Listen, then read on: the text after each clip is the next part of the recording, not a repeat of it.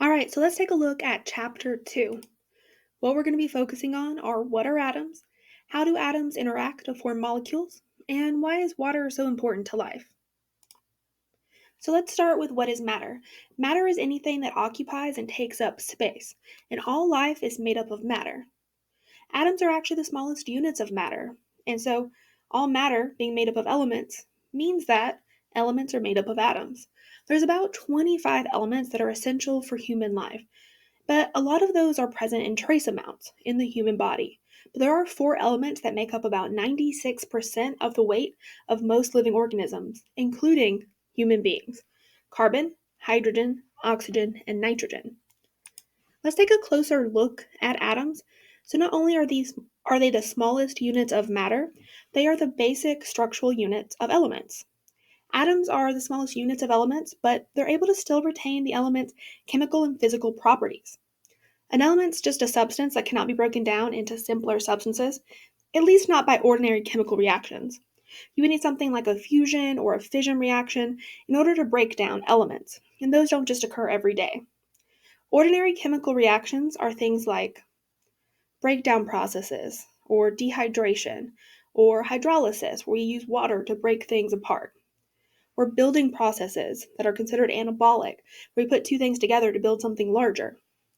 Those are some examples of just ordinary chemical reactions, and that's not something that could break down an element. There are also many different elements, and they would be found on the periodic table, and 92 of those occur naturally. Here you can see some of the most common elements that are in living organisms, and I've highlighted the ones that are most common that appear in more than just trace amounts. Those include oxygen, carbon, hydrogen, and nitrogen. And we can see in this graph just how much by weight is in the human body compared to the other trace elements. So if we're talking about atoms, we want to know, well, what does an atom by itself look like? So atoms themselves are actually still composed of smaller particles. What atoms are composed of are called subatomic particles.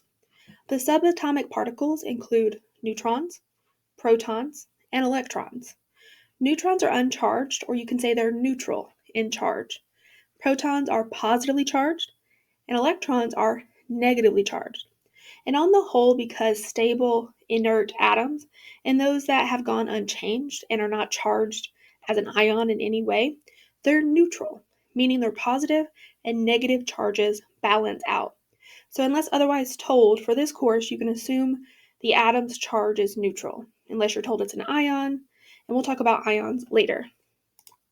So we can take a quick look at a review for what are atoms made up of.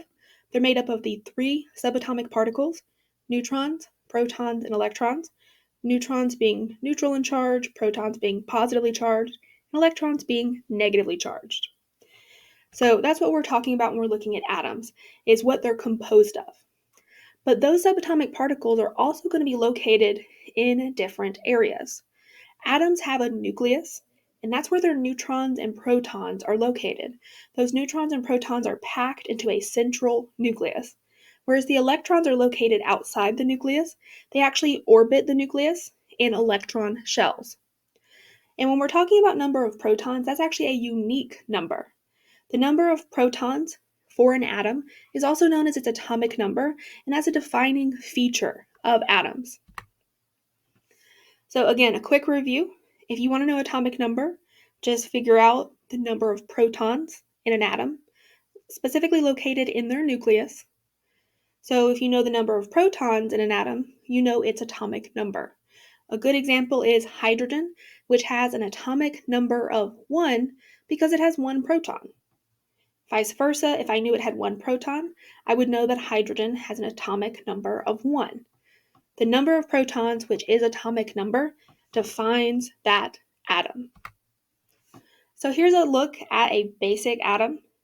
We can see we have 2 protons and 2 neutrons located in the central nucleus.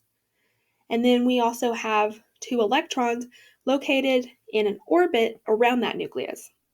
Because electrons move very quick and they're very small, sometimes we use something called an electron cloud to depict the general area where you could likely find an electron. Now, the orbit that we see on the left, showing the actual electrons in a singular orbit, that's a little easier to use for study purposes. But the image on the right is actually more accurate. And so we already know about atomic number. That's something that's going to define atoms and elements. We talked about hydrogen having 1 proton, so having an atomic number of 1. But there are other things that we can use to define or talk about atoms, like atomic mass. So atomic mass is approximately equal to the mass number of an atom. Well, what would give you the mass number? Well, you have to add together the stuff that weighs something in an atom, and only the protons and the neutrons weigh something. We actually can see both atomic mass and atomic number reported on the periodic table, so it's a great organization schema for the elements, and it's going to actually organize them based on their atomic numbers and their chemical characteristics. So let's go back to that atomic mass, or mass number. We get mass number by adding the number of protons and the number of neutrons in the nucleus of an atom together. So you could say mass number equals number of protons plus number of neutrons for an atom. We don't include electrons in this calculation.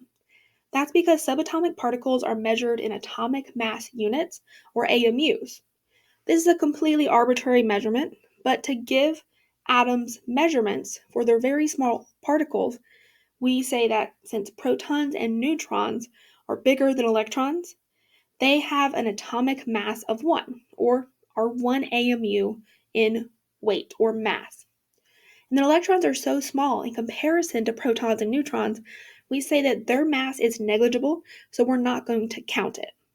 So now it should make a little bit more sense when I say, how do I get the atomic mass, or how do I get the mass number for an atom?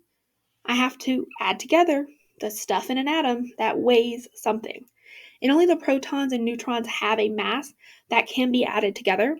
And that's why the mass number equation, again, is number of protons plus number of neutrons. So here's a chart where we can just see that information. So neutrons have a neutral or uncharged. Protons are positively charged. Electrons are negatively charged. Electrons are so small in comparison to neutrons and protons, we don't calculate them when getting atomic mass or mass number. So instead, we just add protons and neutrons together for an atom to get its mass number. All right, here's just where some of the information can be shown to you on a periodic table, or we can look at different depictions of an atom. So again, protons and neutrons each have a mass unit of 1. Electron mass is negligible, so we don't add that. If we were trying to get the atomic mass on a periodic table, we would just come down here and look at where it's reported. This is generally reported on the periodic table as an average, taking into account all isotopes. We're about to talk about isotopes, so more on that in a minute. But in general, carbon's atomic mass is about 12.01, so it's generally rounded. And then up at the top, above the chemical symbol for carbon, you can see the atomic number. The atomic number, again, is how many protons are in the atom. So if the atomic number is 6, carbon has 6 protons. If it said 7 or 8 or any other number but 6, the atom is not carbon, because the number of protons, the atomic number, is a defining characteristic of that atom. All right, so I mentioned we're going to talk about isotopes, so here that is. So isotopes, very simply, are just atoms of an element with different number of neutrons. So you could have carbon-12 or carbon-13 or carbon-14. That number after the term carbon is letting you know that the mass number is different. So carbon-13 has a mass number of 13. Carbon-14 has a mass number of 14. Carbon-12 has a mass number of 12. So we're actually using the mass number to distinguish the different isotopes. The only thing different in these isotopes, because they're all carbon in the example I'm about to show you, is the fact that they have different numbers of neutrons. So since neutrons are uncharged, it doesn't change the charge of the atom at all. It just changes the mass number, because neutrons are something we add to protons to get mass number. Some isotopes are radioactive, so that means they spontaneously break apart, they release energy, and that's useful in research, especially in imaging research. So we can use radioactive isotopes as tracers. We can monitor the fate of atoms as they move throughout living organisms. We can use carbon dating to let us know how old something is. That's all because of our study and use of radioactive isotopes in research. All right, before we go further and look at carbon and its example of its different isotopes, let's just do kind of a quick check-in. So here we see the carbon atom.